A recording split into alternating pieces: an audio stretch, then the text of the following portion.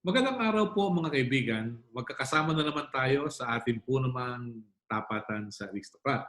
Pag-uusapan po natin kung ano ang nangyari na sa isang napakahalagang industriya. May kinalaman po ito doon sa mga dollar earners natin. Ito po ay turismo. Maganda pong mapag-usapan ito sapagkat isa ito sa pinagkakakitaan ng Republika at the same time kinatatagpuan ng hanap buhay ng ating mga kababayan. Subalit nang magkaroon ng COVID-19, ano na ang nangyari sa atin? Meron pa bang mga turista na dumarating sa Pilipinas matapos ang lockdown? Ang sabi ng mga kaibigan ko, wala na sapagkat wala ring international flights. Paano yung mga hotel? Paano yung mga fast food? May mga buffet? Paano yung mga umaasa sa tourist-oriented businesses? So, mga panauhin po natin mga kaibigan ay mga newsmakers. Kasama po natin ngayon sa ating pagtatanghal ang dating Secretary ng Turismo. At palagay ko, mayroon siyang magandang recollection sa mga naganap sa industriya ng turismo noong dekada 90. Bilang kalihim. Siya po ay nagsimula bilang Undersecretary noong 1986 at naging Secretary noong 1992. Maganda po at makakasama natin ngayong umaga si dating Secretary Narcelina Lim na siya po ang Pangulo ng Asia Pacific Projects Incorporated, isang consultancy sa larangan po naman ng turismo. Kasama rin po natin si Ginoong Sunny Africa. Siya po ay mula sa Ibon Foundation. Nagsusuri po naman sa mga datos na mula rin sa pamahalaan. Kasama rin po natin si Ginoong VG Martinez na dating Pangulo po naman ng Philippine Association of Tourist Transport Operators na kilala sa pangalang Pato. Meron po siyang Bel Air Tours.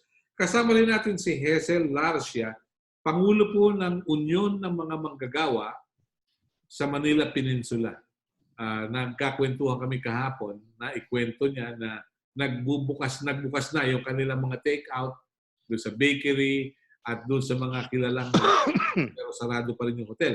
We will be joined by Mayor Noel Ebriaga Rosal of Legazpi City to tell us kung anong sitwasyon sa Legazpi City na isang tourist-dependent city. Pero pakinggan muna natin kung ano ang opening statements ng ating kasamang si Secretary Nars Lim. Magandang araw po sa inyo and welcome to our forum. Yes, please.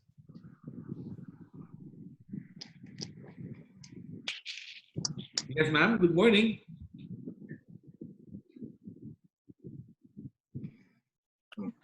Yan. Go ahead, ma'am. Okay. Good morning to everybody. The impact of COVID-19 sa turismo ay talagang malaki, ano? There was a press release from DOT last week that the arrivals is minus 54% from January to April. So, yeah. 0.9 million tourists last year. And if this trend is going to continue up to the end of the year, then you can, less than half of that will be here or even more, no? Because we don't know when this crisis is going to end. This is very different from other crises like typhoons or coup attempts or whatever. With coup attempts, I'm very familiar with. Yeah. This one is indeterminate. We don't know how long it will last. And it also depends on other countries' regulations and protocols and when they will reopen borders and whether they see the destination as credible. So 5.4 million jobs in tourism are at stake. And a lot of the people have been laid off or there's Yes, ma'am. Yeah. So it's a very huge impact. Okay. All right. That's just the opening statement. Sunny Africa from Ibon. Good morning, Sunny, and welcome to our show. Tell us, anong nakikita nyo? Gaano kahalaga ang tourism sa ating bansa? Magandang umaga, Sir Melo. Well, walang duda, mahalaga yung turismo sa ekonomiya natin bago pumasok dun sa COVID crisis. Nabanggit nga, over 5.3 million ang nasa tourism-related na jobs. About 12% ng economy natin is somehow dependent on tourism. Pero para sa amin, tingin namin, sinasabi naman, uso naman yung sinasabi ngayon na look towards the new normal. Tingin namin, magandang pagbalangkas yun, how to look at what's happening to the tourism industry.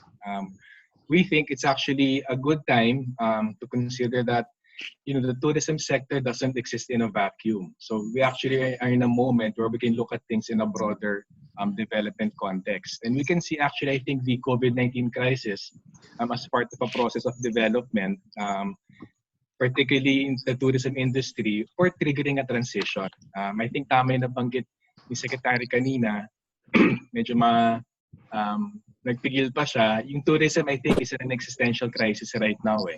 Part ng globalization, sadly, is a globalization of fear. And it cuts to the heart of tourism. It's very hard to imagine na there will be very, very many people in 2020 or even in 2021 traveling for leisure. It's not fun to travel to a place na hindi ka takot dun sa sitwasyon about magkaka-COVID ka ba o hindi. It's not fun to be vacationing with a face mask on or with all the mga precautions, whether business actually or for leisure travel. So I think as a general statement, I think it's important to recognize that the industry is facing an existential crisis. The tourism industry doesn't have to exist in a vacuum. Although it's quite a big industry in itself, it doesn't exist in a vacuum. Tingin namin, dapat tingnan natin yung COVID as triggering a transition in the tourism industry. And I think the main idea right now, wala tayong magagawa sa external events, but it's up to us whether to make it a positive or negative.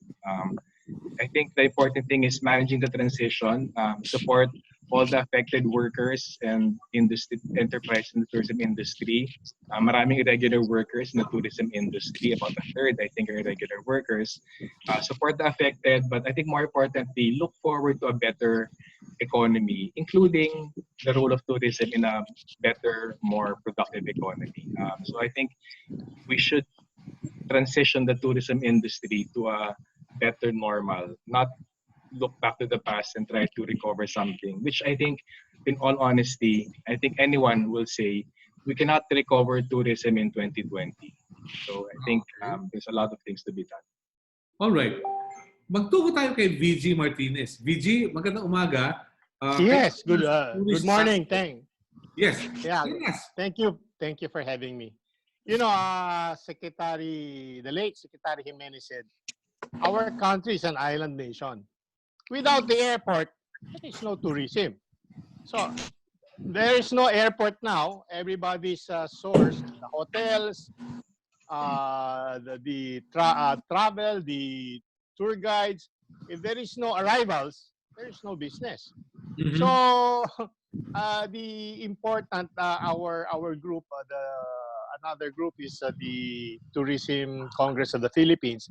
We're now gearing, when its members are gearing now for domestic travel. That's the one we'll push. I think we have to give the confidence, or the Filipinos should have the confidence to travel, at least by car. Right now, if you're in Manila, just to go to Tagaytay, just to go to Nasugbu and eat there. So it has to begin with a small step rather than a big leap. So I think we stand for, we have to go for domestic tourism. And also, one of the biggest market of tourist buses is educational tours. Mm-hmm. So without the educational tours, which is the biggest domestic market of tourist buses and tourist cars, there is no way moving forward. So we have to wait for the confidence building of our travelers before we can look forward to anything. Okay. It's Ngayon, beyond our control.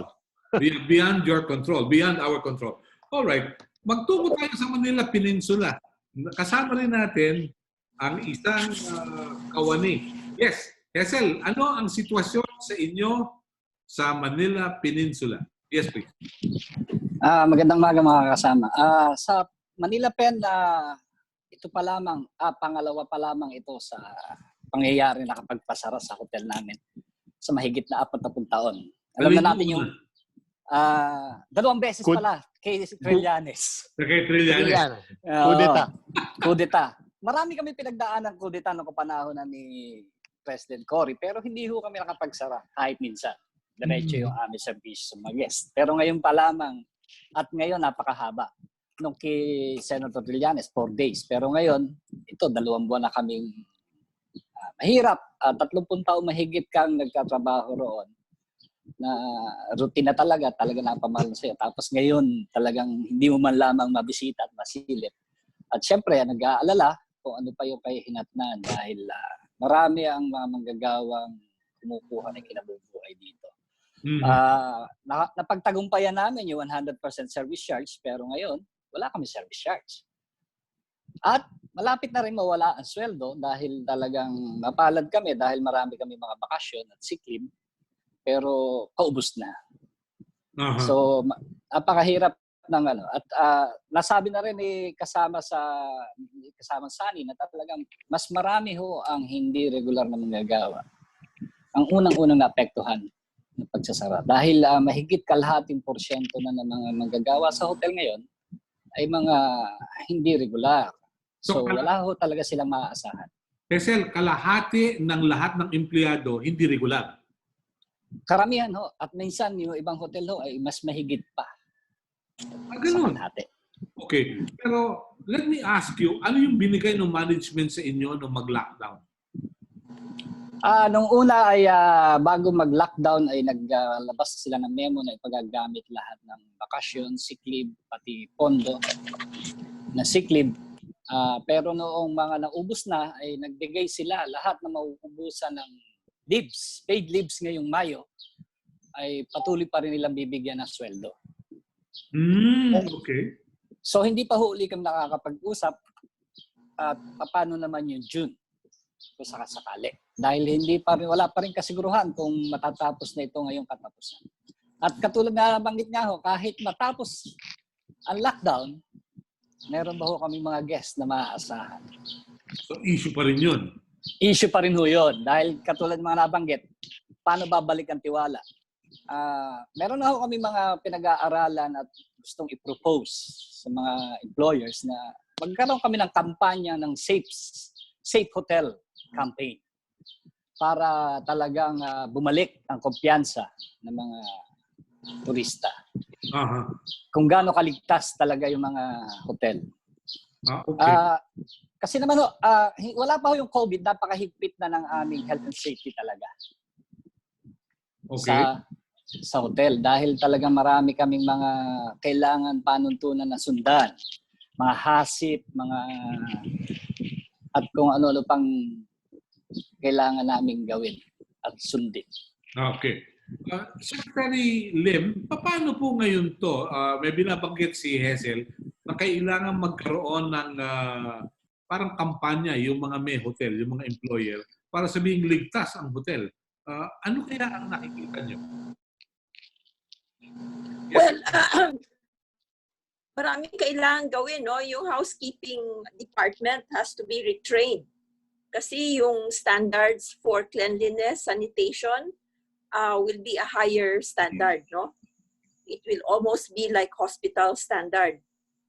Tapos I think there's a requirement that after a guest checks out, the room cannot be used until after 24 hours. Yung mga ganon. So I think all the hotels have to decide what is the global standard standards that have to be adopted to gain the credibility of the client.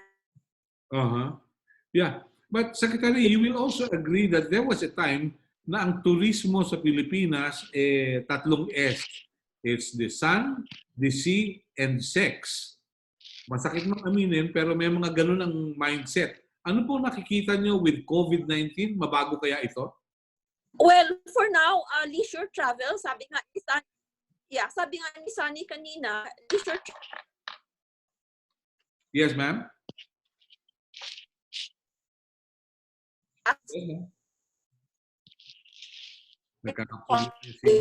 Yes. The ones that will be traveling are people on business.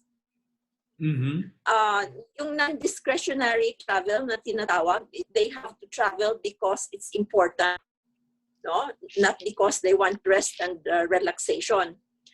So I want to take off on what VG said. Yes, ma'am. I think ano po? COVID-19 incidents. People from Iloilo and other provinces in Panay can travel by car to Boracay and reopen Boracay, as VG says, in baby steps. Then maybe we can but we have to make sure that there will be no resurgence of COVID-19 because the minute that happens, you'll have to close again. You have to be 100% sure. So that means there has to be in place testing, contact tracing. You know, there has to be new technology to make this happen fast. Okay. Hindi pwedeng mano-ano, no? Yeah. Local governments and nations have to invest in this kind of technology. Okay. The thing is, yung testing center sa Western Visayas is in Iloilo, no? So I don't know, maybe Calibo should have a testing center because it's a major gateway to Boracay. Yeah. Okay. All right. Sunny, may binanggit si Secretary at si DG kanina yung tungkol dun sa possibility na domestic tourism. Do we have the capability na yung mga karaniwan nating kababayan siyang magta-travel? Problema na nga yung pera, di ba? Okay. Actually, malaki talaga yung domestic tourism sa huling pagkwenta namin from 2017, 6 na beses ang laki halos ang domestic tourism revenues compared to national revenues. Pero yun nga yung problema, I think kaya seryoso ako na dapat magmula tayo dun sa balangkas na bago talaga. It's an existential crisis. It's not going to be productive. It will be throwing good money after bad kung iisipin natin na ituloy lang natin ang 2020 at bumalik tayo dun sa 2019. Kasi may global recession. Na-trigger na siya ng COVID-19 at labas pa dun sa mga series ng lockdowns around the world, magkakaroon ng series of precautionary measures din Plus may second order effects yun. Kung mag-worsen ng financial debt problems, kung mag-worsen yung pag-relocate ng mga enterprises. It's a disrupted world talaga for about at least 1 to 2 years. Secondly, even domestically, we're very dependent on external factors for OFWs with remittances, for export manufacturing, actually exported services, BPOs, call centers. That nun ay external source of income, babagsak because of the global recession. And then domestically, nangihinalo nga yung maraming services natin, which is our consumption service-driven economy. So para sa amin, kaya sobrang halaga na masapol na nabanggit kanina ni Secretary, I think hindi to parang hindi to parang kalamidad. Yung mga kalamidad, very very bounded in time and space, di ba? Ilang araw, ilang linggo, and then you recover from there. Even yung sa peninsula, political crisis, very discrete in time and space. Itong COVID-19, it's very protracted, it's very expansive, at kung hindi natin masapol na yun ang nangyayari, if we cling to the past and just hope na balikan yon, itawid lang ng ilang buwan, we'll be throwing good money after bad. And I think it's not just a globalization of fear. Even locally, takot yung mga tao umikot. At nakita ko nga itong absurd na PCOO na propaganda ngayon na matakot sa COVID. Parang mali yun, but ang nasapol niya doon, people are scared for the health and safety. And as long as people are scared for the health and safety, even if you have money, magpipigil ka. What more, kung wala kang trabaho. Our estimates for unemployment in 2020, hindi bababa 6 million, maybe as much as 10 million ang outright unemployed for the whole of 2020. Now, if about, I think, 25-30% of household spending actually is on tourism-related na mga expenses, hotel, restaurant, accommodation, transport, that's going to take a hit. I mean, if your income collapses by half, ang unang tatapasin mo doon yung mga non-essentials. And unfortunately, tourism is recreation. Tourism is a non-essential, even for businesses. I mean, it's a bonus, di ba? Mag-seminar ka sa Boracay, it's a bonus and it's going to be the first thing na tatanggalin sa spending, both ng households, and also, I think, even enterprises. Pero Sunny, you will agree with me, meron pa ring measures ang pamahalaan.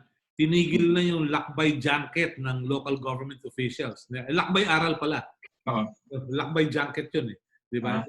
Well, actually, exactly yung point eh. Nung lumabas yung DBM circular, nung I think late March or early April, ang sinabi doon, 10% cut na yung mga bagay-bagay. Actually, ang malaking kinatay doon is yung mga outside seminars, outside training, and that's a big hit kasi the government is actually the big consumer of hotel and resto and venues sa Pilipinas eh. So that's just one example. It's really an across-the-board cut in terms of spending on tourism-related activities, hotel, resto, syempre shopping. I mean, wala na mag-shopping ng souvenirs ngayon. I mean, medyo mahirap yun. And nga, if that's not considered from the get-go, if we think na may technological fix para dito, if we think na konting training sa safety ay malalagpasan natin to, actually, bakit yung magpigil sa atin to make the most of the situation and then turn the tables, make it a good thing. But we have to accept it's a bad thing and how bad it is before we're in a position to actually make it a good thing. Okay. Secretary Nars, Secretary, let me ask you, as far as you recall, ano yung mga top grosser nating bansa na pinagbubulan ng mga banyagang turista? Top grosser ng ano po? Ano dumarating na mga banyaga sa Pilipinas? Well, the top arrivals in 2019 were Korea, China, the US, which of course includes the overseas Filipinos, Japan, Taiwan, Australia, Canada, the UK, Singapore, Malaysia, India, and those were the top 12 international arrivals.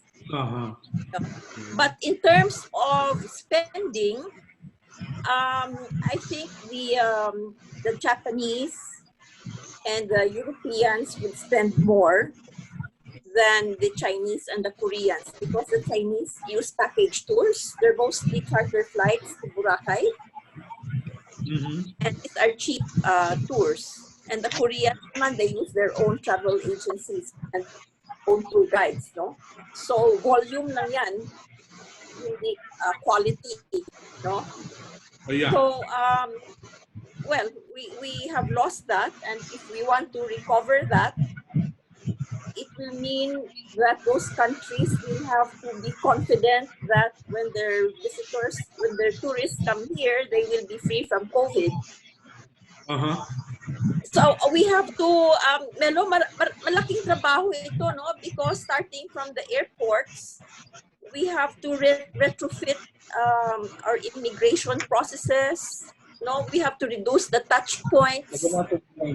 Kailangan biometric yung passports and yung mga visas.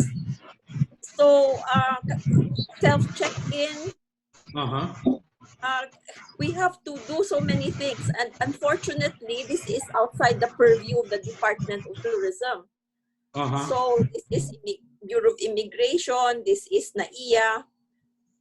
Right now, for example, I don't know if you know that each arriving passenger in NAIA will have to be tested for COVID. Yes. They have to spend for it themselves. If they're OFW, then OWA will spend for the testing. It's 3,500 to 4,000 pesos. Then they have to stay 3 to 5 days in a designated hotel to wait for the results. Okay. And then if the result is positive, they will be fetched by the Bureau of Quarantine and brought to a quarantine facility. If it's negative, then they can go to their hotel or to their residence. So there are added costs to arriving in the Philippines. Yeah. Okay. Sa Inglaterra po, ang sabi nila, kahit saan ka galing, 2 weeks kang magkukwarantine. UK, yes. Oo. Ganun din sa Francia. Kung ikaw pinadala lang doon para umattend ng conference, ubos na yung panahon mo. Di po ba? Pero yeah. anyway. So it's not practical. Okay. Yeah. I think the guidelines of IATF, meetings, conventions, seminars, workshops are the last to be allowed. Talagang wala ngayon.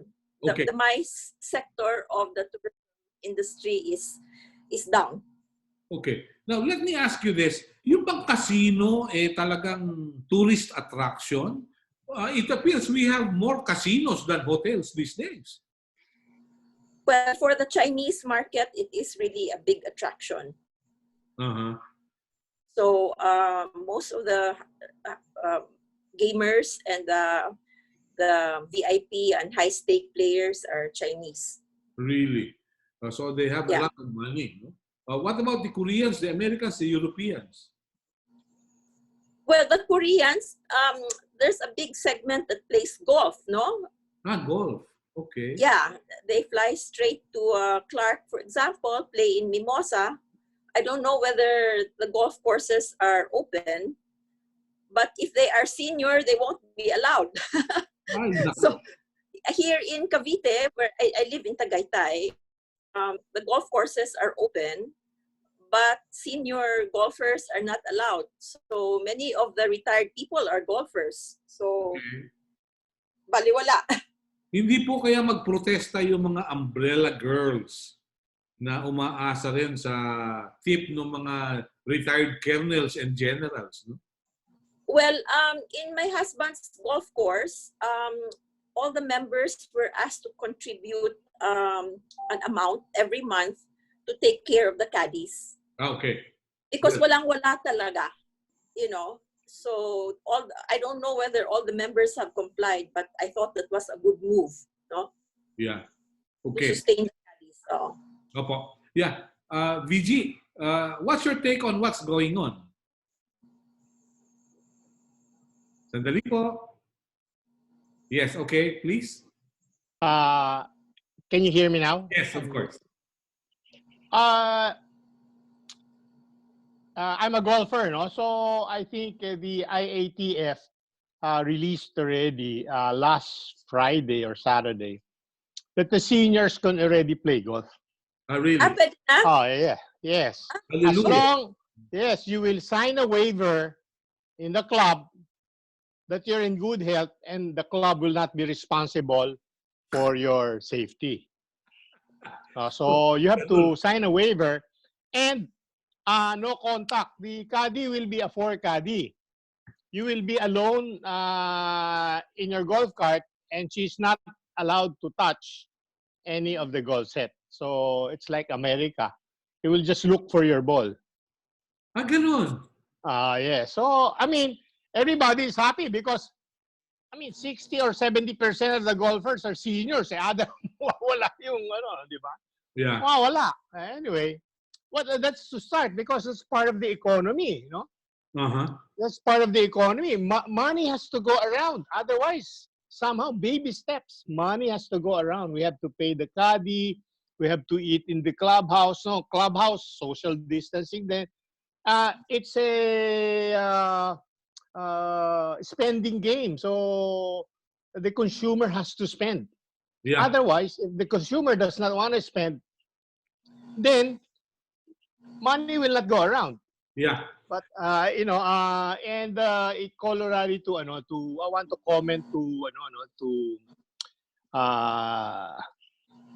Sunny. Yeah. I just looked. There is a social SWS survey that 90% of the Filipinos don't want to go out because they're afraid to catch COVID-19. 90%. Okay. So only one is brave enough to go out there and spend money. So that's the problem. Right now, we have a problem of confidence. Diba? We have to overcome first that before we can start everybody to travel. That's a very big hurdle, no? 90%. Yeah, back to you. Okay. Maganda yung binabanggit nyo, pero I heard from the executive director of OECD over the weekend, sabi niya, ang issue kasi rito, sabi niya doon sa interview sa Al Jazeera, is an issue that governments will have to choose whether it's life or livelihood. So yun ang issue. Sunny, ano tingin mo ron? Life or livelihood? Actually, medyo frustrating namin sila, pinagbabangga yun eh. Kung hindi harapin yung health measures ngayon, hindi magkakaroon ng livelihood, hindi magkakaroon ng recovery. So, I think it's wrong na ipagbangga yun. I think kailangan ang dapat effort ng attitude ng government, it's not with their limited pie, is it life or livelihood? I think it's make it a bigger pie para we can support both life and livelihood. Although speaking of OECD, I mean international agencies, nakita ko rin I think a day or 2 days ago, very dramatic yung estimate ng United Nations World Tourism Organization. I'm sure yung makasama natin dito have heard that. They're estimating 60 to 80% drop in international travel, tourist travel in 2020. So I think yun nga we have to accept that things won't be the same. If it's a question of halimbawa life or livelihood in the tourism industry, I think tama lahat ng mga measures to improve yung safety measures. Pero ang critical point dyan, at what point do we realize na we're spending too much on safety measures for tourists that will never come? I think yun ang medyo tricky eh. That's always going to be a very dangerous judgment call. Pero nabanggit kayo na yung Boracay, kung medyo ikinatuwa ng marami in the end na naka-breathing environment ng Boracay, I think pwedeng ganun attitude eh. Makaka-breathing environment in so many tourist spots in the Philippines right now. So I think ikatuwa natin yon.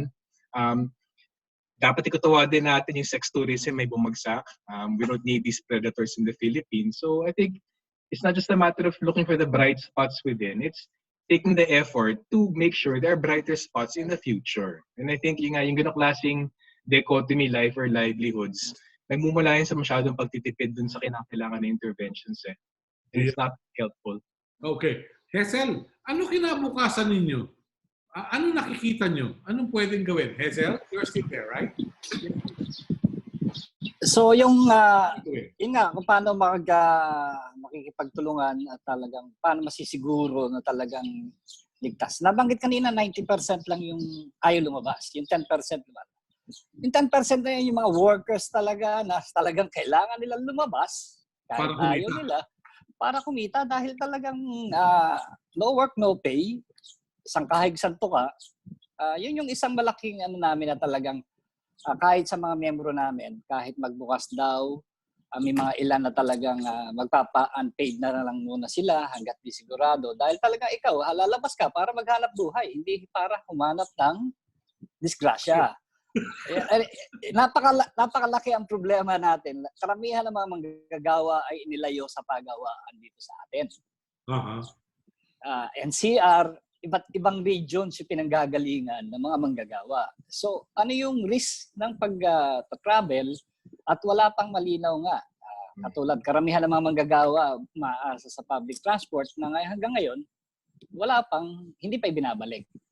So, hindi malaman. Karamihan naman, may ilang porsyento rin manggagawa sa hotel, may mga sariling sasakyan. Pero, kakayanin ba nila na mag-toll gate, maggasolina, na ang sweldo mo ay halos kumalhati. Ang aming sinusweldo ay halos naging 50% dahil sa pagkawala ng service charge. Malaking factor ng mga workers sa hotel yung service charge na ngayon ay hindi mo maaasahan at hindi mo alam kung kailan babalik. So, ang inaasahan pa rin namin ay yung tulong ng gobyerno, yung mga pangako, pero sabi nyo nga kanina, basta nangako 50% na. 50% yun. Pag nagkatotoo, bonus yun. Oo, yung camp nila hanggang ngayon hindi pa rin po talaga nakakarating sa mga hotel workers. Ganun ba? Wala pa kaming sa mga miyembro namin wala pa ring nakakatanggap. Yung sa SS hindi naman ho kami papasok dahil malaking kumpanya yung mga hotel. So yung camp na pinangako, sabi nyo nga pag politiko nangako bonus pag dumating. Pero inaasahan pa rin ho ng mga workers yan dahil talaga malaking tulong ho. Yeah. Dahil karamihan ng mga manggagawa ay sapat lamang yung kinikita. Pero ngayon, nangalhati yung kinikita. Paano nila makapakalhati yung kanilang ginagastos? Pero ini-imagine ko kasi yung bagong setup, no, Hazel. Madalas akong mag-almusal dun sa inyo, sa Manila Peninsula. Ang paborito ko ron yung bangus breakfast set. Meron daing na bangus. Oo, may prutas yan, may kape, may orange juice, iba pa. Ini-imagine ko kung paano magiging setup doon sa social distancing. Dati kasi table for 4 pero dalawa lang kami. Ngayon mga table for 8, kaming dalawa, may distansya na 1 metro. Paano yun? Ginawa na ho yun bago mag-total lockdown. Nagbawas ng table. Talagang pinaglayo-layo na. Bago pa lang nag-lockdown, ginawa na ho sa amin yun. Itinigil na yung buffet. Ini-adjust na yon bago pa ho nag-total lockdown. Sa lobby, nagbawas na ng table talaga para masunod yung social distancing. Okay. So, pag magbawas ka ng table, magbabawas ka ng waiter. Di ba? Baka naman mas marami kayong waiter kaysa dun sa customer. Hindi. Yun siguro yung bagong normal na pwede mangyari dahil maraming hotel ngayon ay nag-i-employ ng mga estudyante. Estudyante? Oo, yung mga OJTs. Okay. So baka ho yun yung magiging normal na talagang dahil sa higpit nga ng pagsunod sa kalinisan at sa ano. So baka ho magiging bagong normal natin makikita natin yung mga nagsuserve sa atin talaga yung mga veterana na, mga sanay na. Hindi na ho tayo makakakita ng mga estudyanteng nakalagay sa name tag na student. Dahil mahigpit ang dapat ipatupad ang mga polisiya. So paano mo maituro sa mga estudyante na magtatrabaho lamang ng 3 buwan lahat ng mga pagsasanay tungkol sa mga kalinisan. So yun yung isa nakikita namin magiging bagong normal na makikita na natin ngayon sa mga pagawaan yung mga dalubhasa talagang medyo may mga kasanayan. Hindi na yung mga batang-bata na talagang mukhang hindi pa nila alam yung ginagawa at nandun para magtuto. Nandun pa rin sila pero sila may gagabay na. Hindi yung sila na lang yung haharap mismo. Ganun. Ganun magiging setup. Kasi nga para makasigurado ang kalinisan at health and safety, kailangan yung mga sanay talaga yung ating nakakasalamuha. Hindi yung hindi pa mag-graduate para mag-aaral lang. Yeah. Secretary Nars, may narating po akong lugar sa China. Ito yung Guilin sa lugar ng Shanghai. Yung kanilang attraction yung pagtatanghal sa ilog na may 6 na raang nagsasagwan, sumasayaw. Ang sabi, yun ay mga magsasaka by day, pero mga alagad ng sining at night. Pero what attracted me was not the presentation, but the kind of tourists in the area. Ang sabi, merong mga 21 milyong nagtutungo ron sa bawat taon, pero 2 milyon lang yung mga banyaga. Sapagkat ang karamihan ay domestic tourists who come in droves by buses, by trains, patungo doon sa lugar. Anong gagawin natin to stimulate the local tourism? Yung bang mga tao will be empowered to see the place, to keep the industry alive by our own resources? Well, that kind of river tour, I've been on that tour sa Guilin. Yes. No? and it's very popular, and many of the local communities are benefiting from that, including the cultural workers and young people who perform. No. Yeah. Well, I don't know who will take the river tours. First of all, I think the standard should be like what VJ said, for tourist transport, 50% na lang. So those boats will probably have to lower the number of visitors taking the river tour by 50% or even more, no? Depending on what standard we follow. But I don't know who will take those river tours because domestic tourists cannot yet get to Bohol. Yeah. But Bohol has very low COVID-19 incidence, no? Also Mactan, it's Cebu City that has a high level of incidence. So I think maybe eventually, if we are to take these baby steps and to experiment, there can be international arrivals to Mactan, and from Mactan transfer to Bohol, and slowly maybe revive tourism in Bohol, because it's very dependent on tourism. Yeah. And they also have their own international airport in Panglao. Yes. Yes. Okay, so that could be worked out if and when people will see the relevance of such an approach, right? Well, first of all, the generating countries, kung saan manggagaling yung mga turista, have to be very, very confident that when they get here, they will not contract the disease.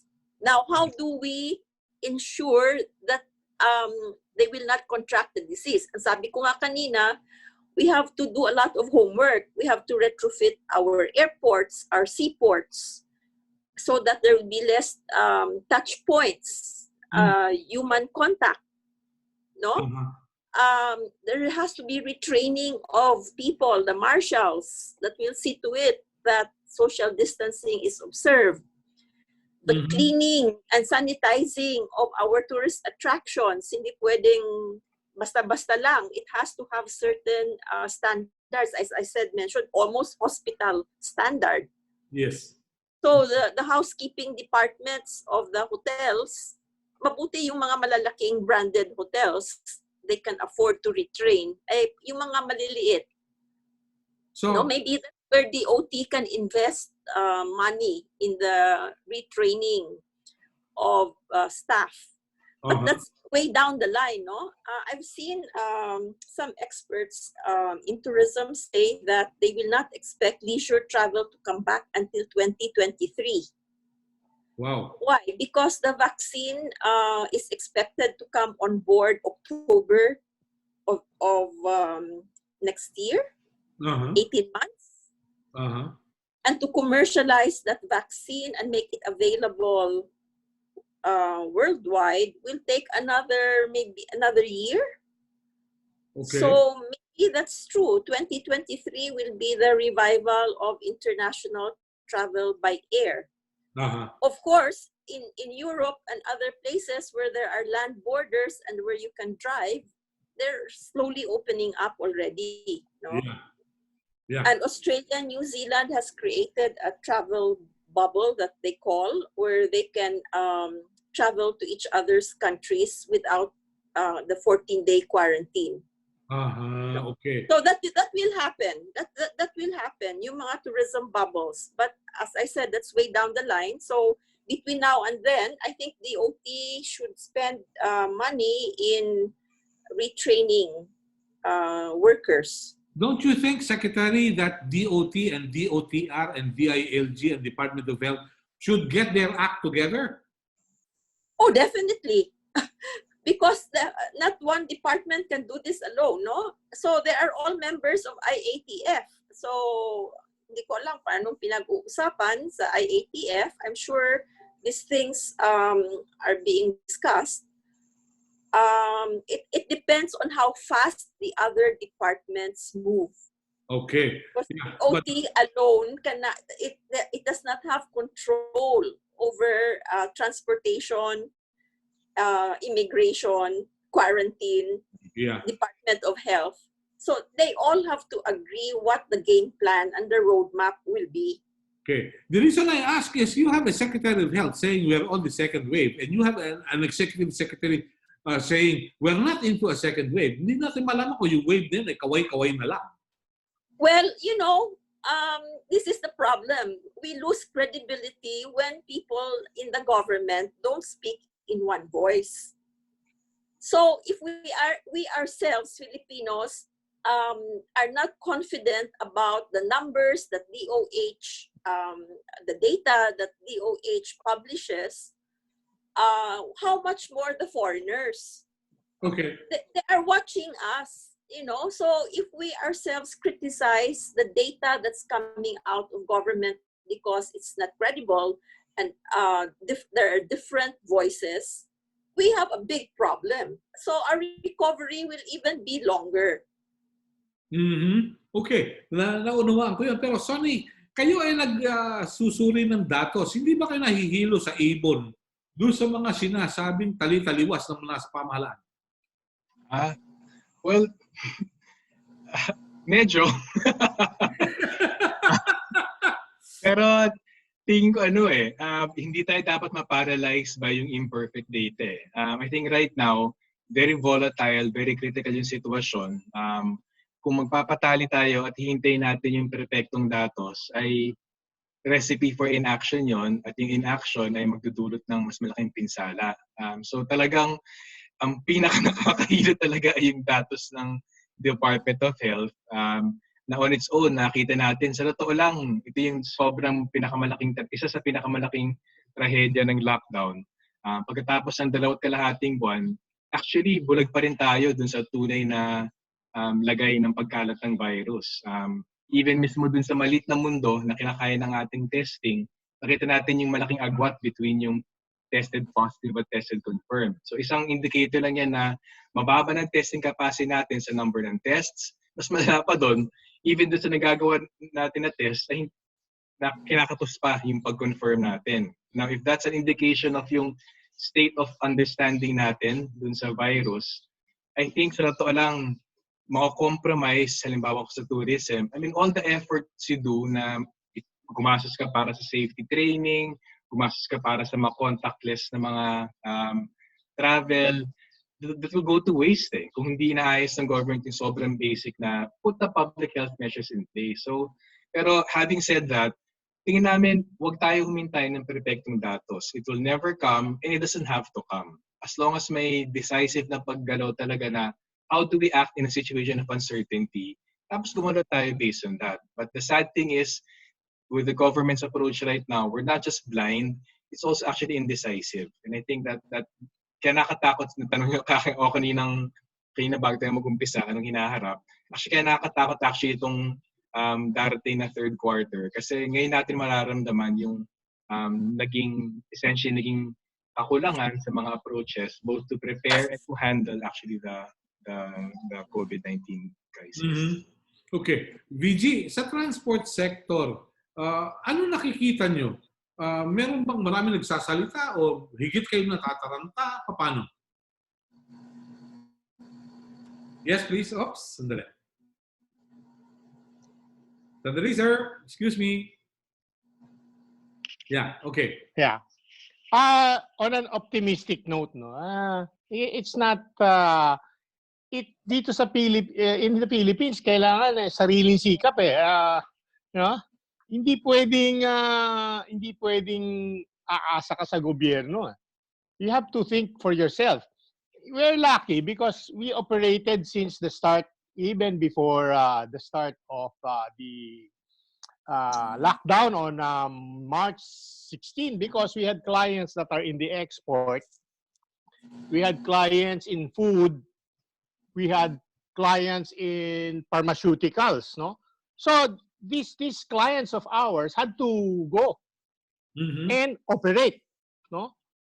So we served them. So we took precautions already. So our drivers had, before they leave, temperature, they take the temperature. We take their temperature, okay? Number two, They have face mask, mandatory. Sabi ko, if you get sick, wala kayong trabaho. Di ba? Yeah. Okay. They have goggles. Okay? Goggles. Okay. And then they have gloves. So these three things they protect. And I got donations from they take a bath before working and they take a bath again after working. I solicited the towels. I bought toothbrush, toothpaste, and soap. That was their initial And they don't go home. They're in the barracks. So they don't bring the disease from their house to the office. They will have to contact it in the office. And then the passengers, there's a big sign. No mask, no ride. Okay.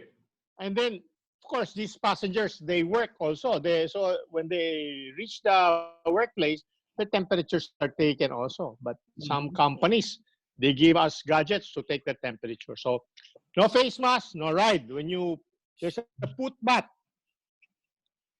Before you ride, you step on the Lysol or Zonrox solution. Yes. Before you step. Okay. And then when you're inside the bus, wash your alcohol gel. Okay.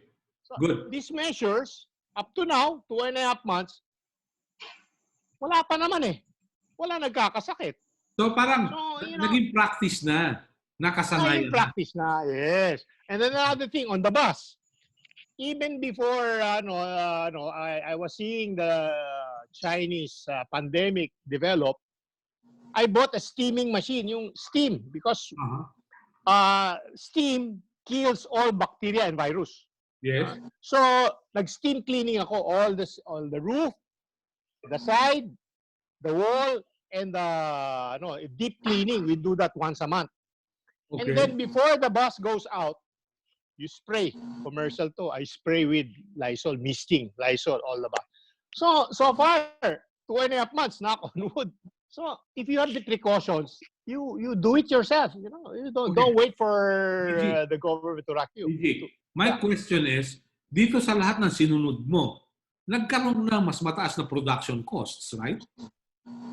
Hindi ko, konti lang yan. Konti lang yan. Konti lang yan. Okay. For me, is negligible. It's what?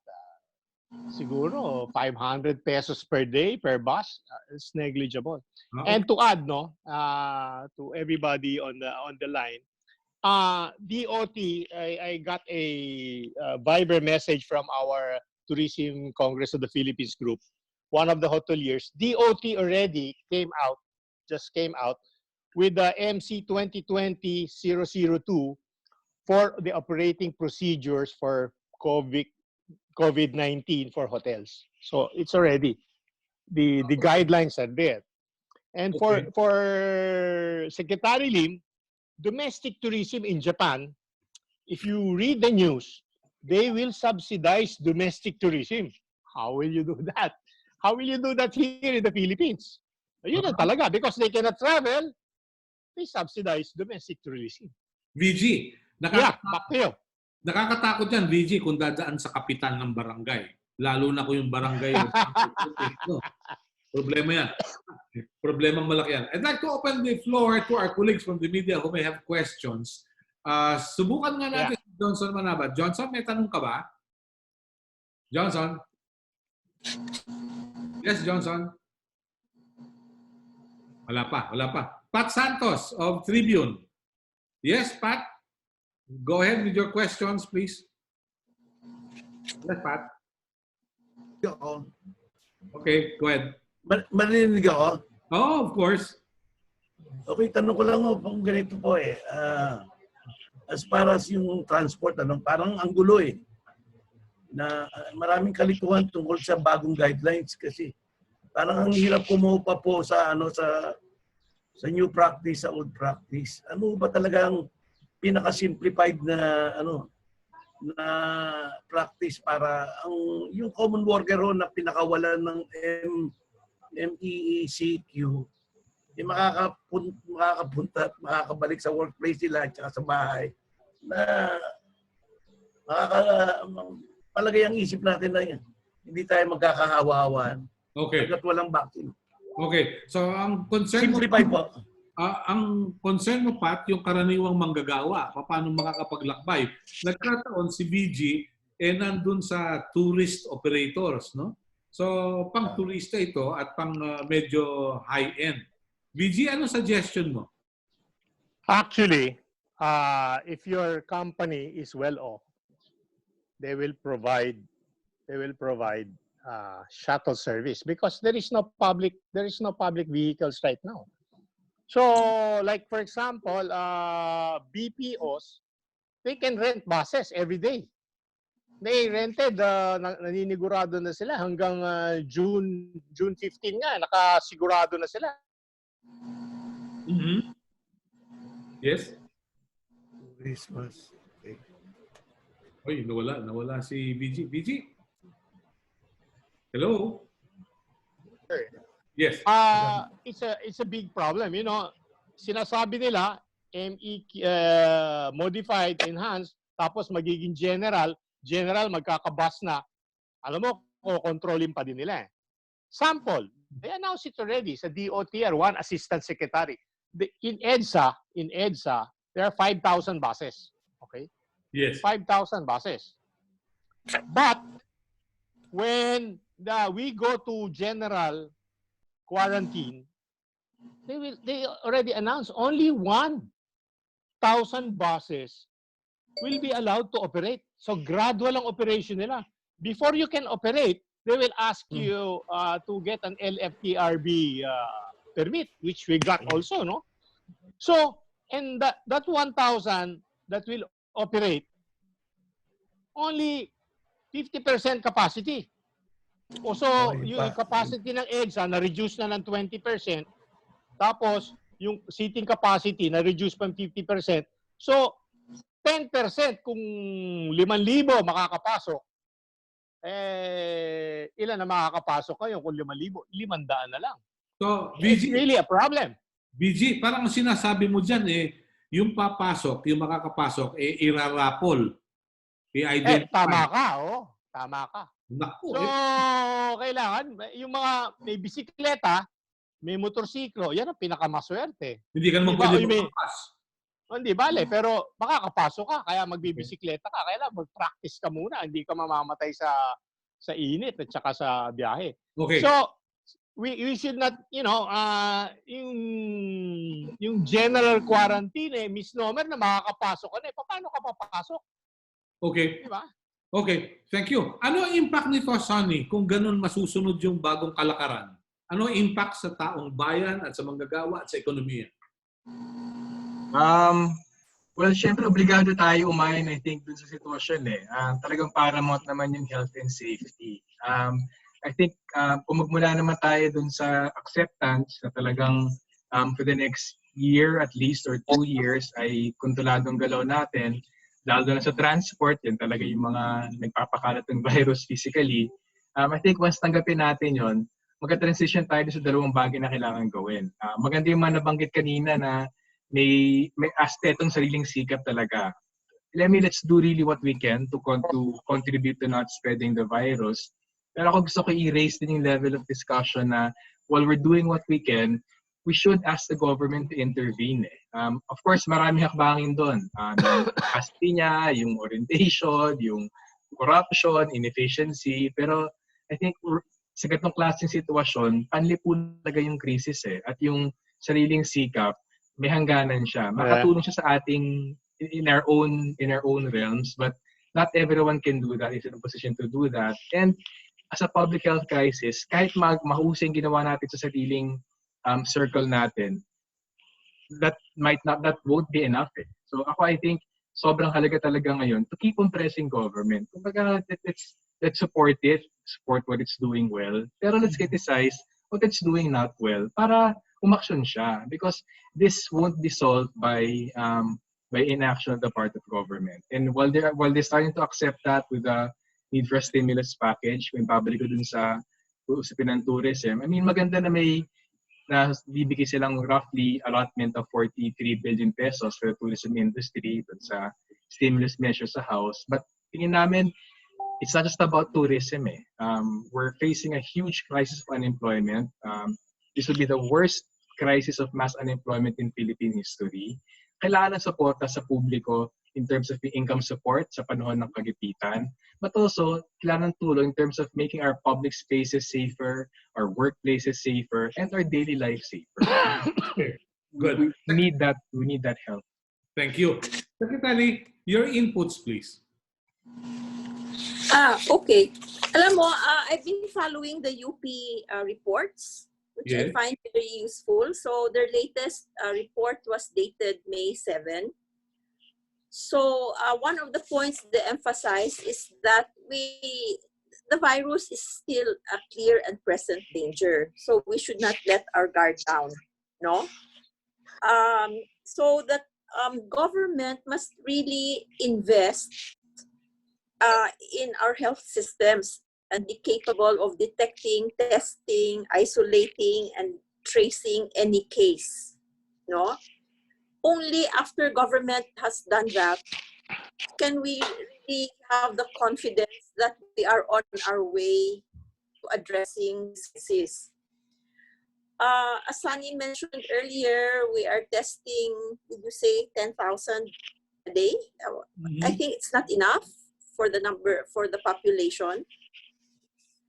And the UP study also says that NCR, Batangas, Cebu City, Zamboanga, and Davao are still high-risk areas. They have identified 3 groups, no?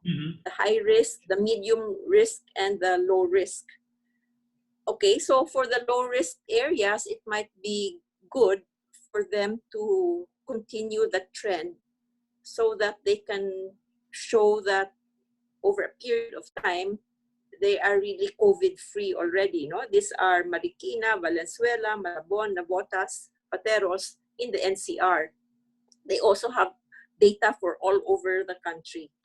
So the other thing that struck me about the report is that the resurgence of the virus, babalik yan eh. It's not if, but when it will come. Yes.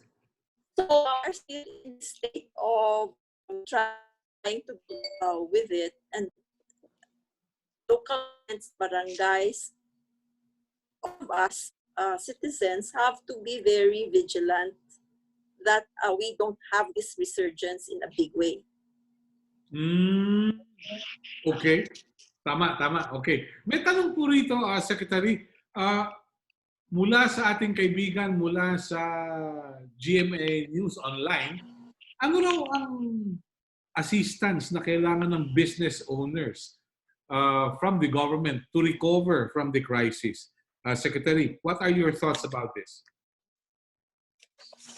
Well, I think for the small businesses, under the Bayanihan Law, the Department of Finance, the Bureau of Internal Revenue, and SSS have been implementing the Small Business Wage Subsidy Program. I think in tourism, may mga beneficiaries na tayo, about 4 billion worth of subsidies were given out in the first tranche. Pero yung mga big companies, they cannot benefit from this. No? This is for small businesses. Okay. There is in the lower house a bill for the Philippine Economic Stimulus Act, or PESA, which was passed. And over there, in that bill, there's 58 billion that's being appropriated to help tourism businesses. The problem is it's only passed in the lower house. Well, hindi pa nakakarating sa Senado. Tapos magre-recess na yung Senado. So July pa matatackle itong PESA. So problemang malaki.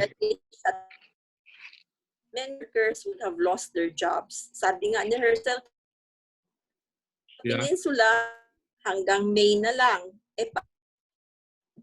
Ito, malaking kumpanya, no?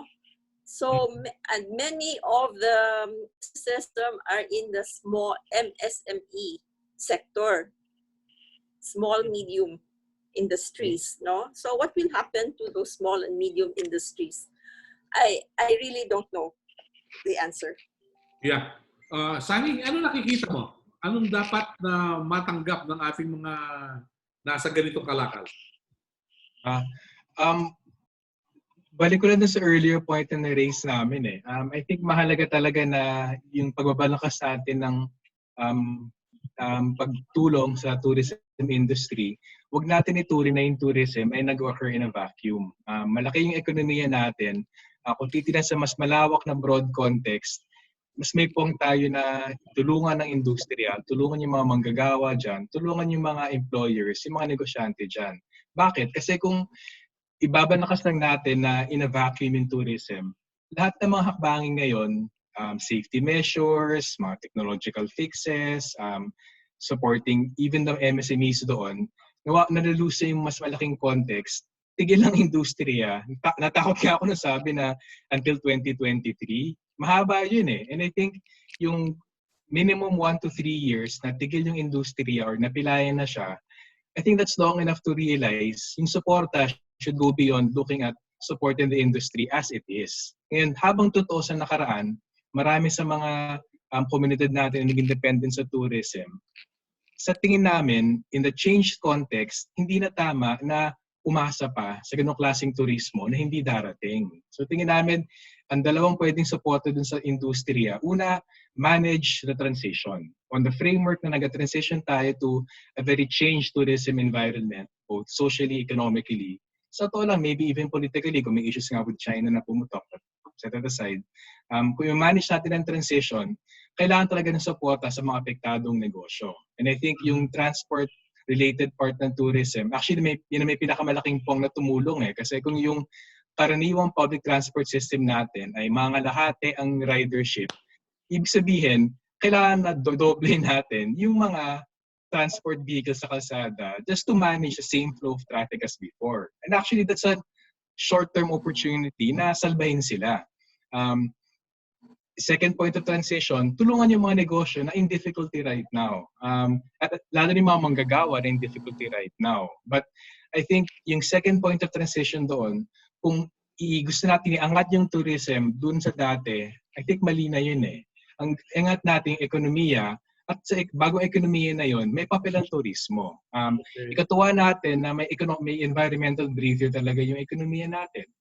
Ikatuwa natin na nawala na yung mga sexual predators natin.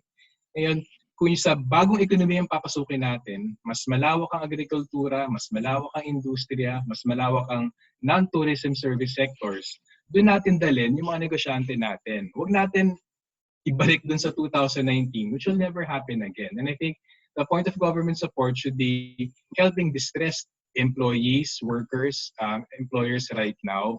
Pero may hangganan yon.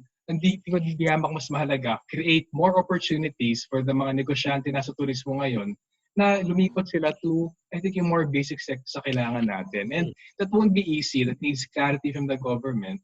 Pero on a strategic perspective, may problema na ibabalik natin dependence sa tourism ng dati na hindi na mangyayari. Okay. All right. VG, sa inyo, sa mga bus operators, ilan yung mga may utang na kailangan bayaran? Nako. Yan ang problema. Yung utang, this DOTR had a memorandum that you will modernize, no? Like the jeepneys, they have a deadline, June 2020. Which is next month. There are 60,000 jeepneys, I think, nationwide. 60,000. And only, siguro, mga 5,000 of that are new. Which is new, the new jeepneys that you enter by the side, no, not on the back, and then you tap. Can you hear me? I'm letting you in. Oo. Sandali pa. So, paano yun? Ano mangyayari doon? Alam mo, your guess is as good as mine, you know. Okay. How will this principle look? For example, one liner, bus liner, that goes south to Manila. They have 600 buses Okay. that are not working now. Wala. No provincial buses is running. No? And then they just bought, in order to comply with the Department of Transportation, they bought 100 brand new units. I was talking to the general manager. 100 units is at 7,000 per unit, 700 million. Huh? Yeah, Okay. 7 million per unit. Okay. And then times brand new units, 100. That's 700 million. Okay. And you're not running. 600 units are not running. How can you pay for it? All You right. have to restructure. You have to restructure. You know, banks is supposed to restructure. I gave tips already to the several forums. They say they will want to have a discount. Banks, that is not their money also. Sabi ko, that the banks, that's not their own money. Somebody deposited money, somebody made treasury bill, somebody bought money market, and then lent it to you. They have to pay that also to the one who placed. Of course. There is no free ride here. They cannot. What Okay. they can do is they restructure. All right. So ngayon, everybody will have to restructure. So restructuring of loans. And another thing, in reference to Sunny, I have been in the tourist transport business for 30 years. I will declare this. Wala naman nakikinig ng DOTR, LTRB. Meron. The most, anyway, I'm gonna tell you, the most difficult to transact in any government agency is the LTRB. LTFRB. LTFRB. Really? Yes. You apply for a tourist transport franchise. Even if you file already a new bus, your bus is here, no? It will probably come out in a year and a half. Ah, okay. You know, Right. it's only recently, excuse me, this is the good news, no? Only recently, I lobbied DOT. Sabi ko, that's impossible. So, I appealed that they give us a provisional authority to operate. PA, they call it, provisional authority. Okay. Which Berna signed. I saw that si Berna, katabi niya si Tugade. You know, in 1 month, the memorandum order that they will issue now a provisional authority. So even if you're not being granted a franchise, as long as you submit your complete papers, you're given now a provisional authority. I mean, to those who are listening, you know, Yeah. you can get a provisional. Malaki yun. Malaking tulong yun. You know, only a 4 months, 5 months, and then we have COVID-19. It's practically useless already. Okay. Yeah? I can imagine. Sige, back to you. Okay. Kasama natin si Johnson Manabat. Kahit wala pang prangkisa, may tanong. Johnson, good morning. Good morning, Sir Melo. Yeah, go ahead. Kay Secretary Nars po. Good morning po, Secretary. Good morning. Bukod po dun sa binabanggit nyo kanina na dapat ay maisalang sa retraining ang lahat ng mga personnel sa tourism industry, tsaka ho yung mag-invest ang gobyerno sa health system. Tapos meron tayong confusing data from government officials at ikanyo minomonitor po tayo ng international community. Ano pang dapat gawin ng Department of Tourism para ma-boost natin yung tourism kahit po tayo meron pang pandemic? I think Secretary Berna has announced that the recovery will cover the domestic tourism sector, no? So siguro, as mentioned earlier by VG, baby steps. We have to pilot certain areas na pwedeng where we can restart. I mentioned the island of Panay, where Boracay belongs. It's because there are provinces there where people can drive to Boracay. Let's see how it works. Okay, so if domestic tourists from Iloilo, Capiz, Antique, Aklan, Guimaras can go to Boracay and maybe fill up some of the rooms there, it can start a stimulation of the local economy there. There are a lot of poor people in Malay, Aklan. So that might be a small start. I mentioned also Bohol. Maybe we can start reviving tourism in Bohol, especially Panglao. Yes, Johnson, follow up? Secretary, opo, meron ba kayong information how much na ang nalulugi ho sa atin sa tourism industry mula nung mag-start ng pandemic? Yes. Let me just look at my notes. No. There was an announcement from DOT that from January to March 2020, yung decrease ng revenues, that means people spending on hotels, transport, food and beverage, from 134.3 billion from January to March 2019, it went down to 85.8 billion. So a decrease of 36%. Lalaki pa yan. No? So as long as the lockdown and the quarantine are enforced, these figures will go up. Thank you po, Secretary. Thank you, Sir Meta. Okay. Welcome. Salamat po. Tuloy tayo. Si Rita. Melo, Yes, may I interrupt? I think one of the things we have not discussed is air transportation. Okay. You know, PAL, Cebu Pacific, and Air Asia. Air Asia Philippines have asked the government for big Subsidy. support, subsidy. So I don't know what the status of that is, but I also read that Mr. Lucio Tan invested 15 billion in PAL. Yes. Just to keep it afloat. Yes. But I don't know how much more he can continue subsidizing the airline. And, 98% of our tourists arrive by air. Or not tourists only, but 98% of visitors to the Philippines arrive by air. So the future of our air transport is a big question mark. Yeah. And I can only hope that once they begin operations, wala sana mangyari katulad nung nangyari sa Pakistan International Airlines. Na after 2 months na walang biyahe, lumipad, nagkaroon ng problema, nagkaroon ng crash. Let's hope that nothing of that sort will happen in the Philippines. Mabuti pa binanggit niyo yun. Yung air transport. Yeah. We were looking at airfares. A relative of ours in Australia passed away, no? So we were thinking maybe we should go for the funeral. Airfares are very expensive.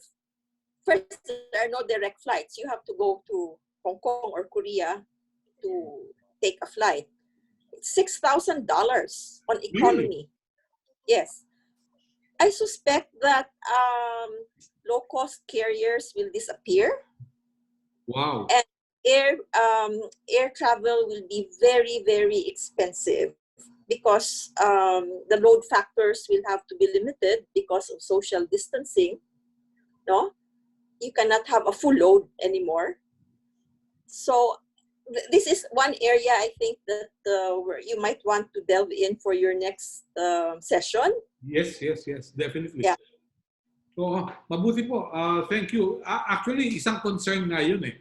Ano mangyayari dahilan sa kung kokonti na pasahero, mag-i-increase ka talaga ng pamasahe. Pero kung may regulasyon, may problema pa rin. Isang bagay yan. Dapat meron ng safety measures, pero at what cost? Katulad nung sa bus, tourist bus, BG. Paano ngayon yun, di ba? First of all, regarding the airlines, I'd like to share with you that was just sent to me by one of the members of Tourism Congress. The link is billionario.com.ph. That's the link. Okay. The headline is Lucio Tan admits PAL on course for crash landing. So, question mark yan. So I don't know what's gonna happen. We all don't know what's gonna happen to PAL, no? But as I told you, in our case, it will be very difficult. The one who will rent should afford it. Otherwise, we cannot circumvent. So if you need one bus, you will have to pay 2 bus. If you cannot afford, of course, the bus will stay here. You know, and I have to pay for my loans. I have to pay for everybody else. So it's really, you know, right now, the export companies, the food manufacturers, the pharmaceutical companies, the BPOs, they can all afford it. So they can afford to transfer their employees. Okay. You know, from the Baliches at 5 o'clock in the morning, there is a route. Let's say, for this food company, let's say Okay. McDonald's employees. So they will pick up Bandulay coming over, and then when they see their branch already, they'll go down. It's provided by McDonald's. Okay. All right. I don't know if all companies can provide that. Otherwise, the 5,000 buses can only carry 500 people. I can imagine. Kung karinderya ni Aling Celia yan, hindi kaya. Anyway, Sunny, ilan yung mga nasa transport industry na maaaring mawalan ng trabaho kung patuloy na bubulusok ang industriya nito? Madaya. Alam mo, tulad ng ibang speakers, walang makakapagsabi ngayon. Talagang kakaiba itong nangyari sa atin ngayon. I think anyone's guess right now is as good as any others. Kaya gusto ko ibalik yung tanong niya kanina eh. So what do we do? Ako, I think yun nga eh. It's all about acting with imperfect information. At dapat may rethinking din tayo ng mga basic premises natin eh. Halimbawa, pinag-uusapan yung PAL. Ang nakasanayan nating lahat ay if it's profitable, maintain it. Kung malulugi, isara na. So, ang naki-question sa atin dito, how solid are we? How serious are we about that premise? Kasi with the COVID crisis affecting the tourism industry, affecting the air transport industry, with all the precautionary measures and physical distancing affecting the road transport industry, buses, jeepneys, again, existential question. How important are these services for us? Kasi if they're services, we have to exert extra effort to maintain them. At alam ko, ang tama yung sa LTFRB, sir. Ang dami namin naninig ng horror stories about LTFRB. But right now, andun yung tanong eh, mahalaga pa siya o hindi? Is it the easier of two evils na hayaan na lang na magsara siya? Pero ganun ba yung dapat? I mean, if it's the lesser of two evils to get government to intervene badly rather than government not intervening at mawala, tingin ko yan ang mahirap na tanong na kailangan harapin. So sa akin, offhand, sobrang halaga ang transport. But if we rely on the transport industry to sustain itself, yung $6,000 na biyahe to Australia, that also means 50 peso pa masahe sa jeep. Oh my God, wala nang babiyahe sa atin. Lalong pati ekonomiya, lalong mabigat yung araw-araw na buhay sa mas maraming Pilipino. So, alam ko, it's always so hard to talk about government intervention because we have such a bad record of it, efficiency, corruption. But yun nga eh, if right now, it is the lesser of two evils to maintain something so vital as transport, whether it's road transport, buses, or jeepneys, or tricycles, and maybe even, kahit na ayaw natin sa cronyism, maybe even the airlines, yun ang dapat tanungin eh. But I think it all boils down to letting go of the accustomed feeling natin na truths. If it's profitable, maintain it. If it's not profitable, no. Right now, the tanong is, if it's strategic, maybe we should maintain it for a couple of years rather than have it close. If that involving corrupt, inefficient government, baka yun ang lesser of two evils. Okay. Yeah. Sonny Reyes Sigara, meron kang tanong from TV5. Sonny? Sonny? Okay. Sorry, Sir Melo. Mabilis na habol lang ako. Yeah, okay. Sandali lang ha. Oh yeah, okay, Sonny. Yeah, hindi ko nasagot tanong nyo.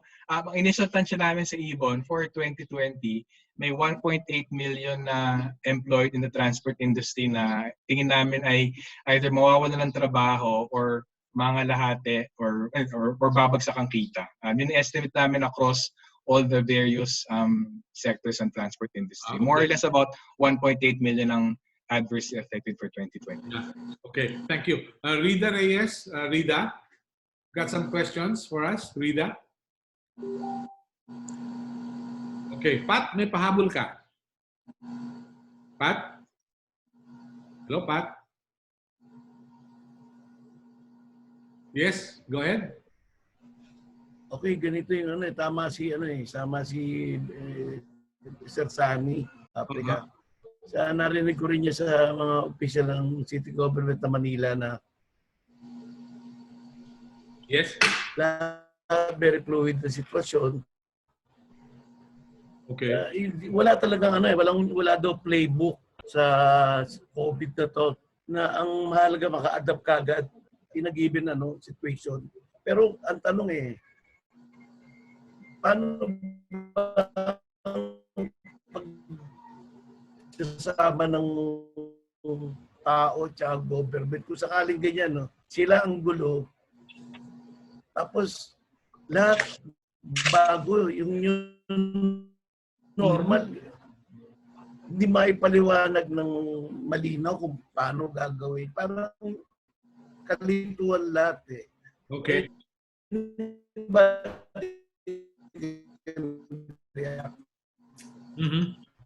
Sige. Okay. Pat, siguro ang magiging tanong natin sa ating mga panauhin ito na lang. Ano nakikita nyo gaganap sa mga susunod na panahon? Let's start with our good friend. Kasama natin si Hesel. Hesel, asa ka na?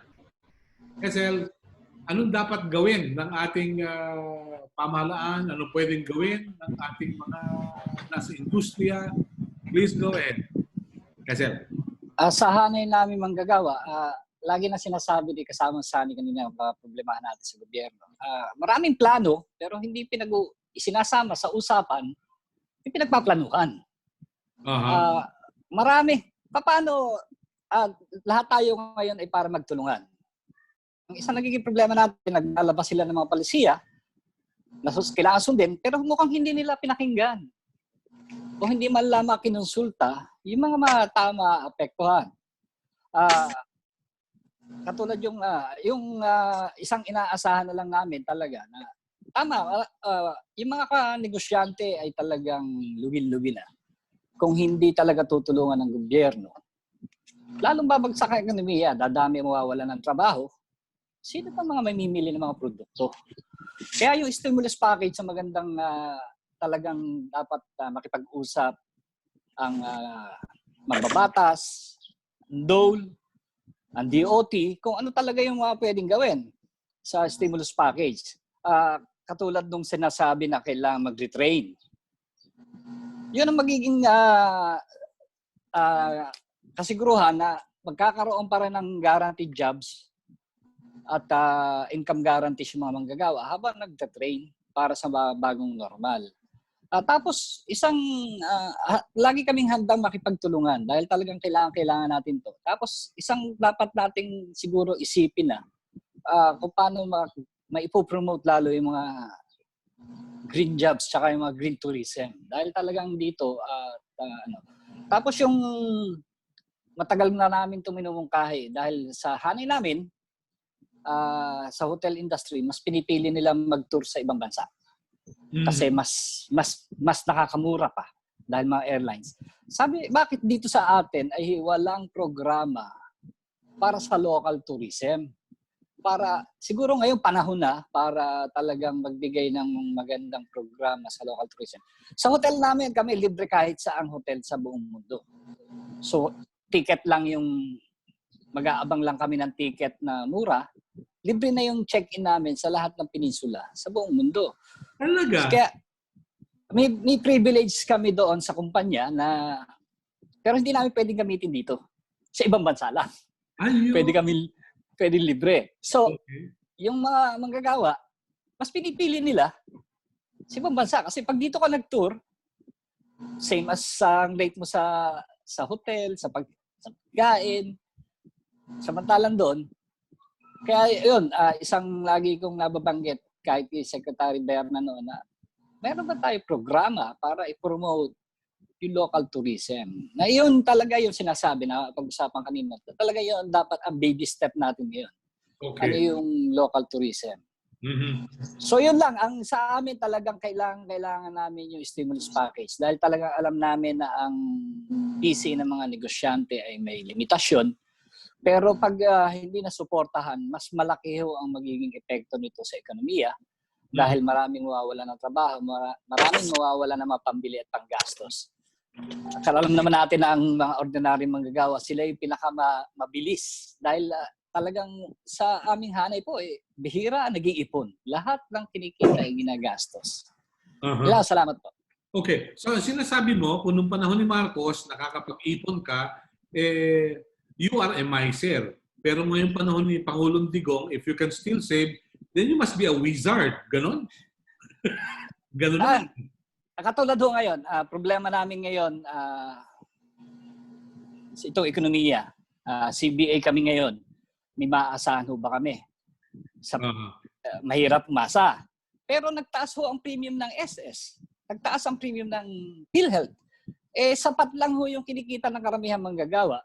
Tapos ngayong taon na to, hindi tataas ang sweldo mo. Samantalang yung dagdag gastos ay napadagdag na. Okay. Saan namin kukunin yung kinuhang halos 500 napadagdag sa SS ng PhilHealth? Premium. Tapos hindi kami madadagdagan. Sapat lang yung aming kinikita sa ngayon. Thank you, Hazel. Maraming salamat. Tunghayan nga natin si BG. BG, ano nakikita mo? Anong kinabukasan natin? BG, please. Yes? Let's look forward. What do you see?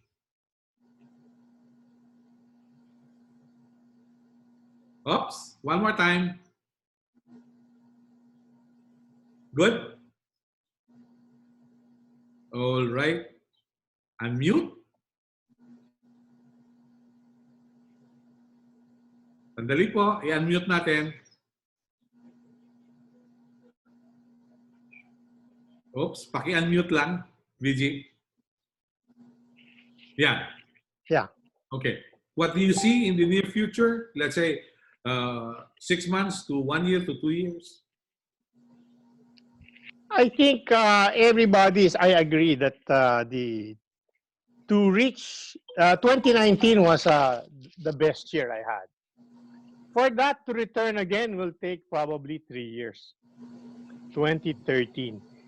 And that is if the vaccine, because the key here is the development of the vaccine. There are 100 now companies trying to develop a vaccine.